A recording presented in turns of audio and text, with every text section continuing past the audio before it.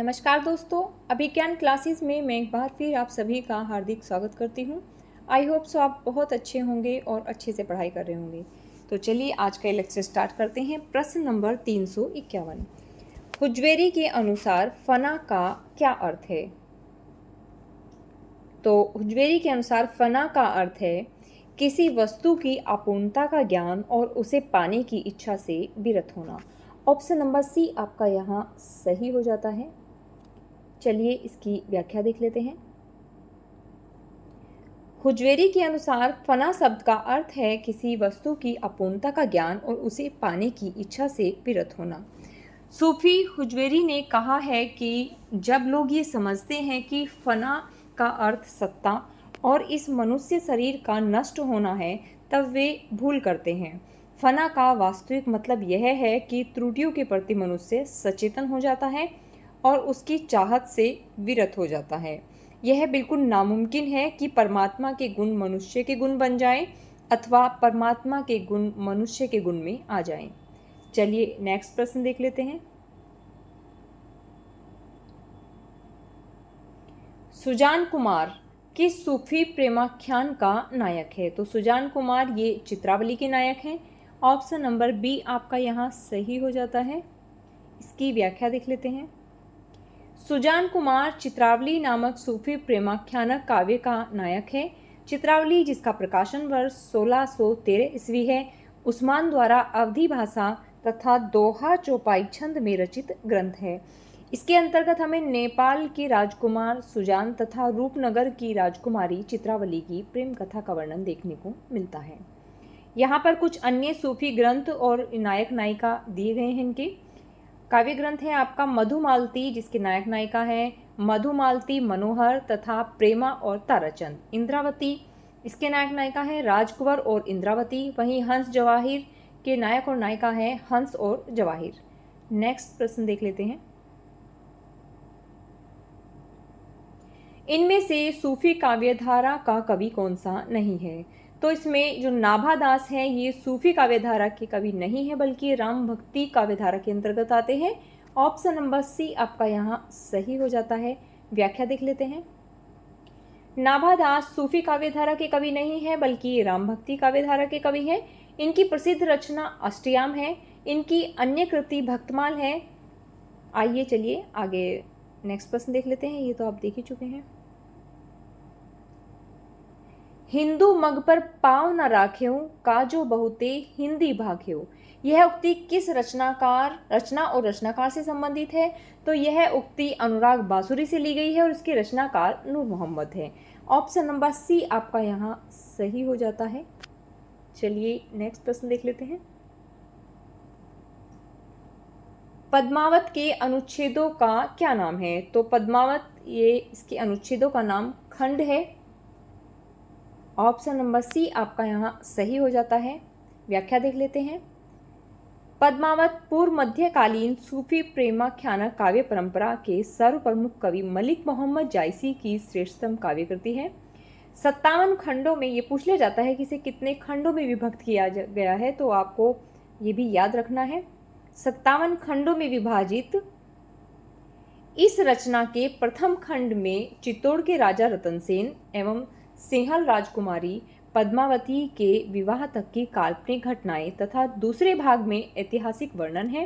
पद्मावत रोमांचक शैली में लिखा गया कथा काव्य है। इसके विभिन्न पात्र दार्शनिक तत्वों के प्रतीक हैं, अतः इस दृष्टि से इसे रूपक काव्य भी कहते हैं। नेक्स्ट प्रश्न देख लेते हैं। प्रेमाख्यान काव्य परंपरा सूफी कवियों का मुख्य दर्शन है। इनका मुख्य दर्शन तसव्वुफ रहा है। ऑप्शन नंबर ए आपका यहाँ सही हो जाता है। इसकी व्याख्या देख लेते हैं। हिंदी साहित्य के भक्ति काल की निर्गुण धारा के सूफी प्रेमाख्यानक काव्य परंपरा का मुख्य दर्शन तसव्वुफ है। मुल्ला दाऊद इनकी रचना है ये चंदायन। कुतुबन इनकी प्रमुख रचना है मृगावती। जायसी जी की है पद्मावत, अखरावट, आखिरी कलाम। मंझन की है मधुमालती। उस्मान की रचना रही है चित्रावली।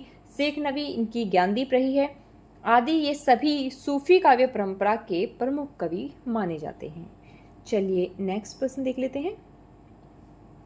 सूफी प्रेमाख्यान काव्य परंपरा में आराध्य को प्राय किस रूप में देखा गया है? तो सूफी प्रेमाख्यान काव्य परंपरा में आराध्य को प्रेमिका के रूप में देखा गया है। ऑप्शन नंबर डी आपका यहाँ सही हो जाता है। व्याख्या देख लेते हैं। आचार्य रामचंद्र शुक्ल ने स्त्री तथा पुरुष को क्रमशः परमात्मा तथा आत्मा का प्रतीक माना है।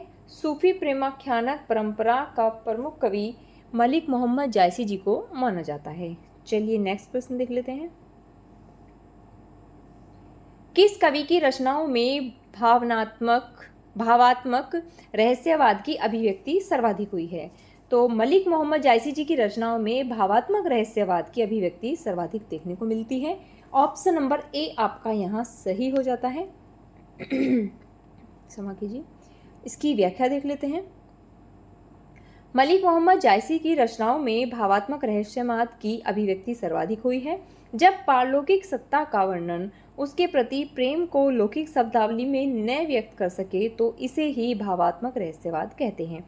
जायसी का पद्मावत इसका प्रमुख उदाहरण रहा है। चलिए नेक्स्ट प्रश्न देख लेते हैं। इनमें से कौन सी रचना मलिक मोहम्मद जायसी की नहीं है? तो आप सभी जानते हैं अखरावट, आखिरी कलाम और पद्मावती तीनों ही रचनाएं मलिक मोहम्मद जायसी की है, जबकि नागमती विरह ये जायसी जी की रचना नहीं है। ऑप्शन नंबर डी आपका यहाँ सही हो जाता है। चलिए नेक्स्ट प्रश्न देख लेते हैं। पद्मावत को सूफी काव्य मानने से इनकार करने वाले आलोचक इनमें से कौन है? तो पद्मावत को सूफी काव्य मानने से इनकार करने वाले हैं विजय देव नारायण शाही। ऑप्शन नंबर सी आपका यहाँ सही हो जाता है। जबकि रामचंद्र शुक्ल, हजारी प्रसाद द्विवेदी तथा नामवर सिंह पद्मावत को सूफी काव्य मानते हैं। चलिए नेक्स्ट प्रश्न देख लेते हैं।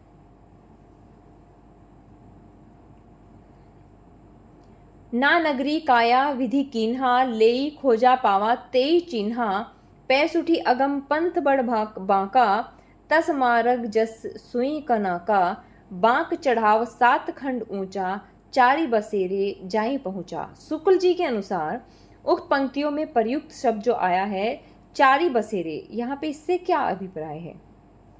तो इनका अभिप्राय है आपका प्रत्याहार, धारण, ध्यान और समाधि नामक योग के अंग तथा शरीयत, तरीकत, मारिफत और हकीकत नामक 4 सोपान। ऑप्शन नंबर बी और सी ये दोनों ही सही हो जाते हैं। चलिए व्याख्या देख लेते हैं। प्रस्तुत पंक्तियों में चारी बसेरे से आचार्य रामचंद्र शुक्ल का अभिप्राय है प्रत्याहार, धारण, ध्यान और समाधि नामक योग के अंग एवं शरीयत, तरीकत, मारिफत और हकीकत नामक 4 सोपान। चलिए नेक्स्ट प्रश्न देख लेते हैं। सूफी काव्य धारा के पहले कवि कौन रहे हैं? तो सूफी काव्य धारा के जो पहले कवि हैं वो मुल्ला दाऊद को माना जाता है। ऑप्शन नंबर बी आपका यहाँ सही हो जाता है। व्याख्या देख लेते हैं।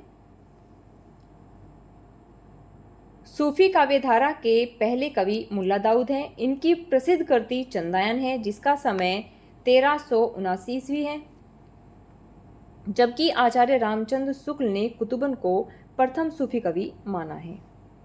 तो चलिए दोस्तों आज का ये लेक्चर यहीं समाप्त करते हैं। नेक्स्ट लेक्चर से हम राम काव्य से संबंधित जो महत्वपूर्ण प्रश्न अब तक बने हैं उनका अध्ययन प्रारंभ करेंगे। अगर आपको ये प्रयास अच्छा लग रहा है तो प्लीज़ इसे लाइक, शेयर और सब्सक्राइब कीजिएगा। Thanks for watching.